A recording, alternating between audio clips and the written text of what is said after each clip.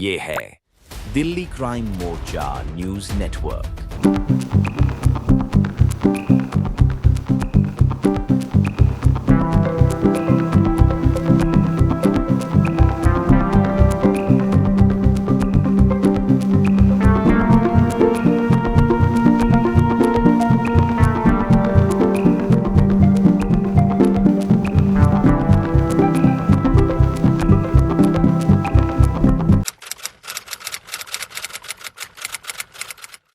नमस्कार, जय हिंद। आप देख रहे हैं दिल्ली क्राइम मोर्चा।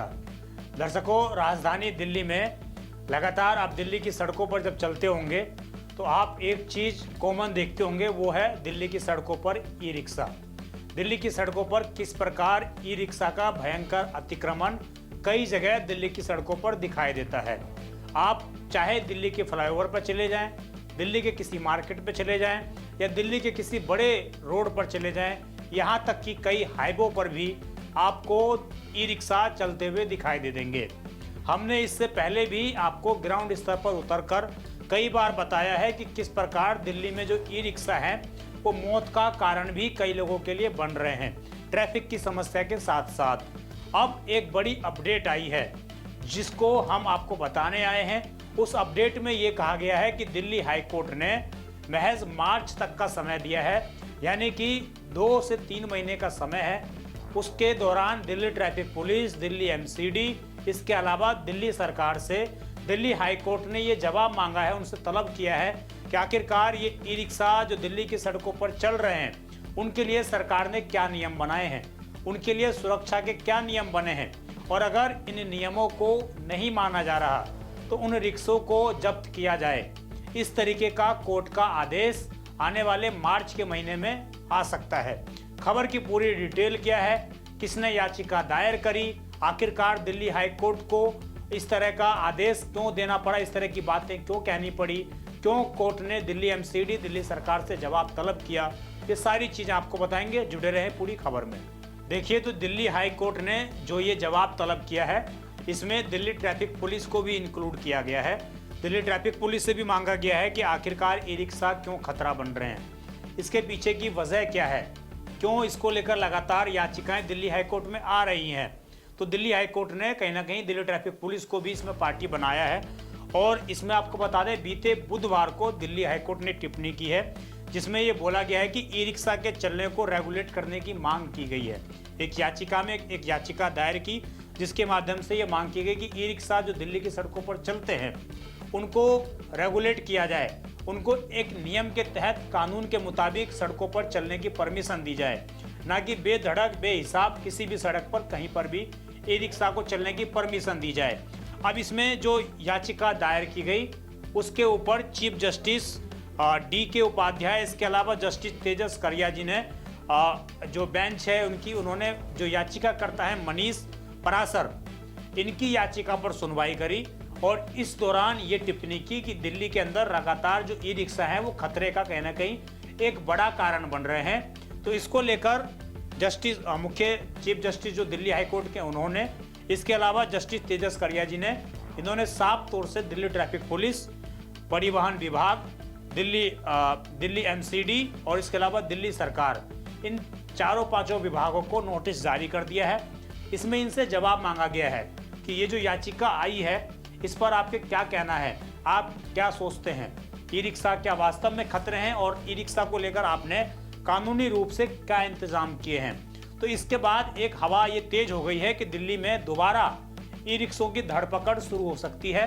दोबारा दिल्ली ट्रैफिक पुलिस जो अवैध रूप से ई रिक्शा चल रहे हैं, जिनके पास फिटनेस नहीं है, जिनके पास इंश्योरेंस नहीं है, जिनके पास कोई नंबर प्लेट नहीं है, दोबारा उन ई रिक्शाओं को पकड़ा जा सकता है। ये प्रक्रिया दोबारा दिल्ली के सड़कों पर शुरू हो सकती है।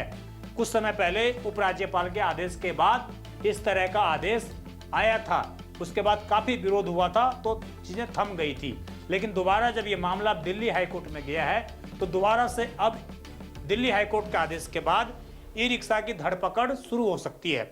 मैं आपको बता दूं, इसमें जो ये पूरी याचिका गई, आखिरकार इसके पीछे वजह क्या है। जो मनीष परासर हैं, इन्होंने याचिका क्यों डाली, इसके पीछे बहुत बड़ी दुख दर्द एक कहानी छुपी है, जिसमें इन्हें अपनी एक 8 साल की बेटी, उस बच्ची की जान चली गई थी एक पूरी दुर्घटना में।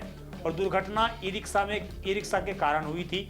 जो ई रिक्शा चालक था, जिस सड़क पर ई रिक्शा नहीं चलना था, उस सड़क पर वो ई रिक्शा चल रहा था, तेज रफ्तार में चल रहा था। और जब इस तरह की दुर्घटना हो गई तो वो ई रिक्शा जो चालक था वो वहाँ से फरार हो गया। उस बच्ची को उसी हालत में छोड़कर वो फरार हो गया। उसके बाद जब जांच पड़ताल की गई तो पता लगा कि उस ई रिक्शा चालक के पास ना तो फिटनेस है, ना ही कोई इंश्योरेंस है, ना ही कोई ऐसा वैलिड डॉक्यूमेंट है जिससे ये पहचान की जा सके कि आखिरकार वास्तव में ड्राइवर था कौन, इस ई रिक्शा को चला कौन रहा था। जिस तरीके से टू व्हीलर्स अगर आप चलाते हैं तो टू व्हीलर्स के लिए भी आपको एक लाइसेंस लेना अनिवार्य है, जरूरी है। लेकिन जो ई रिक्शा चला रहे हैं उसका कोई वेरिफिकेशन नहीं है। आखिरकार वो ड्राइवर चला रहा है, उसको ई रिक्शा चलाना आता भी है कि नहीं आता है, कैसे वो ई रिक्शा चला रहा है, इसकी तमाम इस तरह के जो रिक्शे हैं वो दिल्ली के सड़कों पर चल रहे हैं। तो इसको लेकर ये पूरा केस था। इसमें उस बच्ची की मौत हो गई थी और उसके बाद मनीष पराशर ने फैसला किया कि इस केस को लेकर, इस मामले को ले जाकर दिल्ली हाईकोर्ट में लेकर जाना है, जिससे कि और बच्चे और बच्चियों की जान इसमें ना जाए, लोगों की जान ई रिक्शा के कारण ना जाए। अब मैं आपको ये सारी चीज़ें जो बता रहा हूँ, याचिका में जो बातें कही गई हैं उसमें ये बोला गया कि ना तो कोई इन ई रिक्शा के बाद फिटनेस है, ना ही इनके पास कोई बीमा है, और ये ई रिक्शा बेधड़क प्रतिबंधित सड़कों पर भी चलते हैं। इसमें एक आंकड़े के मुताबिक दिल्ली के अंदर लगभग 236 सड़कें हैं जिन पर कतई भी किसी भी हालात में ई रिक्शा को परमिशन नहीं दी जाती। लेकिन उसके बावजूद दिल्ली की इन सड़कों पर खुले में ये ई रिक्शा चल रहे हैं। आपको कई जगह प्रतिबंधित बोर्ड लगाए हुए दिखाई दे जाएंगे कि यहाँ पर ई रिक्शा अलाउ नहीं है, इस रोड पर ई रिक्शा चलाना अलाउ नहीं है, लेकिन उसके बावजूद उसी सड़क पर ई रिक्शा बेधड़क चलते हैं। हमने कई बार आपको मायापुर, इसके अलावा तमाम हिस्सों से ग्राउंड रिपोर्ट्स दिखाई जहाँ पर लगा हुआ है बोर्ड कि यहाँ पर ई रिक्शा प्रतिबंधित है, लेकिन उसके बावजूद उसी सड़क पर ई रिक्शा चलते हुए नजर आते हैं। और ये सब कुछ मिली भगत के कारण होता है। इसमें सबसे बड़ी भूमिका अदा करती है दिल्ली ट्रैफिक पुलिस। उनके कारण, उनके आशीर्वाद के कारण ये सारी चीज़ें धड़ल्ले से बेरोक टोक चल रही हैं। तो दिल्ली हाईकोर्ट में अब ये मामला जा चुका है। इसमें जो याचिका में बोला गया है, आंकड़े के मुताबिक जो बोला गया है, इसमें एडवोकेट गौरव आर्या और नवीन बामेल के जरिए जो बातें कही गई हैं उसमें उन्होंने बताया है कि 1 जनवरी से लेकर 20 अगस्त 2025 तक ट्रैफिक पुलिस के अंदर जो आंकड़े हैं उसके मुताबिक लगभग 108 दुर्घटनाएं हुई। ट्रैफिक पुलिस के पास जो कॉल आई, जो फोन आई सूचना में, उसमें 108 दुर्घटनाएं घटित हुई, जिसमें 26 लोगों की मौत हो गई। समझिए 1 जनवरी से 20 अगस्त, यानी कि 1 साल से भी कम समय में 26 मौतें ई रिक्शा के कारण हुई हैं और 130 लोग घायल हुए। इतने लोगों की मौत तो रेबीज के कारण भी नहीं हुई है। जिस तरीके से सुप्रीम कोर्ट ने आदेश दिया है कि दिल्ली के सड़कों पर से कुत्ते हटाए जाए, उससे भी ज्यादा दुर्घटनाएं इन ई रिक्शाओं के कारण हुई हैं। तो ये उन डॉग से भी ज्यादा खतरनाक ये ई रिक्शा बन चुके हैं जो दिल्ली की सड़कों पर, इसके अलावा देश के तमाम हिस्सों में सड़कों पर लोगों की जान लेने का काम कर रहे हैं। ऐसे कई वीडियो सोशल मीडिया पर वायरल हुए जिसमें ई रिक्शा पलटने के बाद लोगों की मौत होती हुई नजर आई, लेकिन उसके बावजूद दिल्ली ट्रैफिक पुलिस नहीं जागी, कोई कठोर कार्रवाई नहीं की।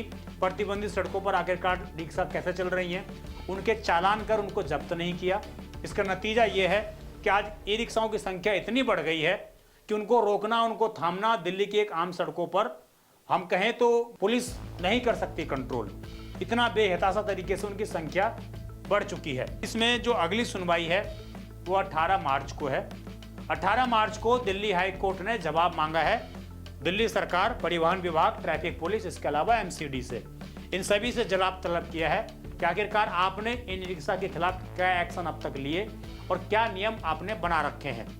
अब इसमें अगली जो सुनवाई जो 18 मार्च को है, इसमें हो सकता है कि दिल्ली हाईकोर्ट की तरफ से एक सख्त आदेश पारित कर दिया जाए जिसमें यह कह दिया जाए कि जो रिक्शा वैध नहीं है उनको तुरंत जब्त किया जाए, दिल्ली की सड़कों पर उनको हटाया जाए।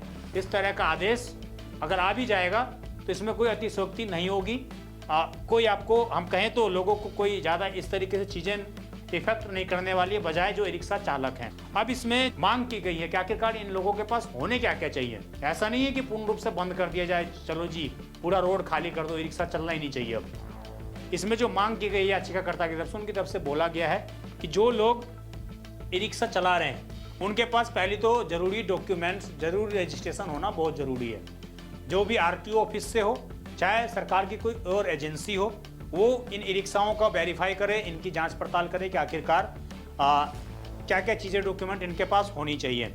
हर 3 साल में फिटनेस हो, इनका फिटनेस सर्टिफिकेट इनका रिन्यू किया जाए, इसकी भी मांग याचिका में की गई है। उसके अलावा वैध ड्राइविंग लाइसेंस की मांग की गई है और ड्राइवर को छोड़कर 4 यात्रियों की ही सिर्फ बिठाया जा सके, इसकी सख्त मांग इस याचिका में की गई है। लेकिन वास्तव में क्या होता है, कई फोटोज आप स्क्रीन पर देख रहे होंगे, वास्तव में एक ई रिक्शा पर 10-10 लोग, 5-5 लोगों को, 6-6 लोगों को सवार किया जाता है। उनकी जान को जोखिम में डाल दिया जाता है और ये महज 10 रुपये के लिए होता है। 10 रुपये, 15 रुपये यात्री होते हैं, उनको 4-4, 5-5, 6-6 बिठा लिया जाता है। अगर एक ई रिक्शा में 4 लोगों को बिठाया जाए तो दुर्घटनाओं में कमी आ सकती है। इसके अलावा सड़क सुरक्षा में भी सुधार हो सकता है।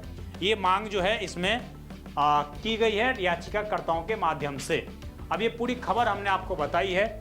इसका मकसद आपको डराना, आपको घबराना देना नहीं है। इसका मकसद आपको अवेयर करना है, आपको बताना है कि जो ई रिक्शा चालक हैं उनको ये सारे डॉक्यूमेंट्स जो हमने बताए, जो याचिकाकर्ता की तरफ से मांग की गई हैं, उनकी तरफ से पहले ये डॉक्यूमेंट तैयार कर लिए जाएं, अगर एजेंसियां दे रही हैं तो। और अगर नहीं दे रही हैं तो आने वाले समय में उनके लिए नोटिफिकेशन जारी होगा, तब आप उन नोटिफिकेशनों को लो। और सबसे ज़रूरी बात, जिस रोड पर लिखा है कि ये रोड ई रिक्शा प्रतिबंधित है, उस रोड पर आप ई रिक्शा ना चलाएं। हो सकता है आने वाले समय में दिल्ली ट्रैफिक पुलिस आपके उन ई रिक्शाओं को जब्त करना शुरू कर दे, क्योंकि जब से यह जवाब तलब इनसे किया गया है, उसके बाद कई सड़कों पर एक्शन होते हुए भी नजर आने वाले हैं। दर्शकों, इस खबर पर आपकी जो भी राय हो कमेंट जरूर करिएगा। आप देखते रहें दिल्ली क्राइम मोर्चा। और भी कोई अपडेट इस मामले पर आएगी हम आपको जरूर बताएंगे। और अगर आपके पास भी कोई पॉइंट ऑफ व्यू है, इस केस से जुड़े हुए कोई व्यक्ति हमसे बात करना चाहते हैं, या ई रिक्शा से संबंधित जो लोग हैं अगर वो अपनी समस्याओं को सामने रखना चाहते हैं, तो वो भी हमारे नंबर पर कॉन्टैक्ट कर सकते हैं और अपनी राय बता सकते हैं। आप देखते रहें दिल्ली क्राइम मोर्चा। मैं विजय ठाकुर, धन्यवाद।